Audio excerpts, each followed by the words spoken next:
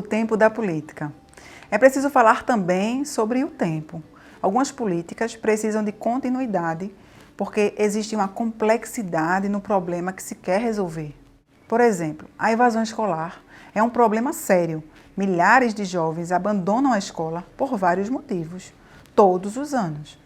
Para tentar diminuir essa evasão escolar, o governo federal cria diversas políticas para poder ajudar esses jovens que se encontram nessa situação a permanecerem na escola. Como, por exemplo, políticas que garantam o transporte estudantil, a melhoria da merenda das escolas, programas de intercâmbio, programas de bolsa estudantil, programa de renda familiar, entre outros. Para tentar diminuir essa evasão escolar, o governo federal cria diversas políticas para poder ajudar esses jovens que se encontram nessa situação a permanecerem na escola, como, por exemplo, políticas que garantam o transporte estudantil, a melhoria das escolas, da merenda, programas de intercâmbio, programas de renda familiar, dentre outros. E no caso da cultura? Bem, no meio artístico, nós temos um problema recorrente que são as reivindicações dos artistas de não serem valorizados em suas cidades, de não participarem como atração principal nos ciclos festivos do Carnaval, do São João, festas do padroeiro, festivais, etc. As mesmas reivindicações são feitas pelos grupos de cultura popular. Para tentar minimizar essa questão, o governo do estado de Pernambuco, por meio da Fundarp, que é o órgão oficial que cuida das políticas públicas culturais no estado, delimitou um percentual de pelo menos 30% na contratação de grupos para o ciclo carnavalesco. Também abre diversos editais durante o ano. Cria editais de prêmios para vários segmentos artísticos culturais. Cria polos alternativos, descentralizados nos eventos de grande porte, enfim, entre outros.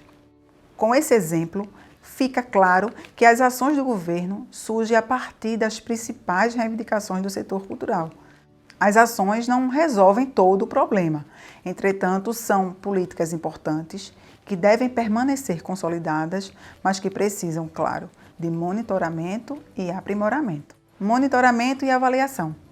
As outras etapas da construção de uma política pública consistem no monitoramento e na avaliação. A avaliação é o feedback. É analisar se o que estamos fazendo de fato está gerando resultados positivos, se o resultado está equilibrado com os gastos que estão sendo aplicados. Já o monitoramento é necessário para antecipar a identificação de problemas que não tinham sido previstos, revisar os processos para que não sejam interrompidos. Não se faz política pública sem a participação do cidadão. Esta participação é legitimada por meio do processo de democratização advindo da nossa Constituição Federal de 1988, em que se destacou a ampliação da cidadania e da própria democracia.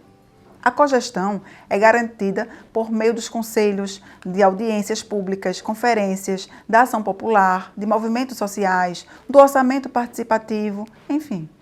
A participação é uma reivindicação histórica de vários movimentos sociais, justificado pela crise de credibilidade da democracia representativa, marcada pelo descaso popular por assuntos públicos, abstenção eleitoral e níveis elevados de corrupção na administração pública. Portanto, é muito importante destacar que a participação ativa na formulação, implementação, avaliação das políticas públicas é um direito do cidadão. A aplicação do princípio participativo pode contribuir na construção da legitimidade do governo local e tornar as decisões e a gestão em matéria de políticas públicas mais eficazes. Política pública é diferente de boas intenções. Na prática, os gestores apresentam políticas públicas como se fossem decisões aleatórias, ações isoladas, motivadas por pressão, interesse político ou outras conjunturas. Algumas vezes, essas ações podem até estar carregadas de boas intenções, porém não representam a construção de políticas públicas porque não foram planejadas ou porque estão totalmente fora de contexto. Etapas de construção de políticas públicas. Podemos resumir as etapas da construção de políticas públicas da seguinte forma. O primeiro passo seria a formação da agenda, onde é identificado o problema e é feita uma análise inicial. O segundo passo, as tomadas de decisão. é a adoção da política, ou seja, é definir a estratégia para enfrentar o problema. E o terceiro passo, a implementação e o monitoramento, isto é, definir e acompanhar as etapas que serão cumpridas até a solução do problema. E, por fim, a avaliação. Política cultural. Então, para concluirmos, podemos dizer que uma política cultural é o conjunto de princípios, conceitos, diretrizes, objetivos, estratégias, meios necessários e ações a serem realizadas para o setor cultural. Para o autor Nestor Garcia, a função da política pública é satisfazer a necessidade da população. Mas o que a gente precisa estar alerta é: quem define a necessidade da população?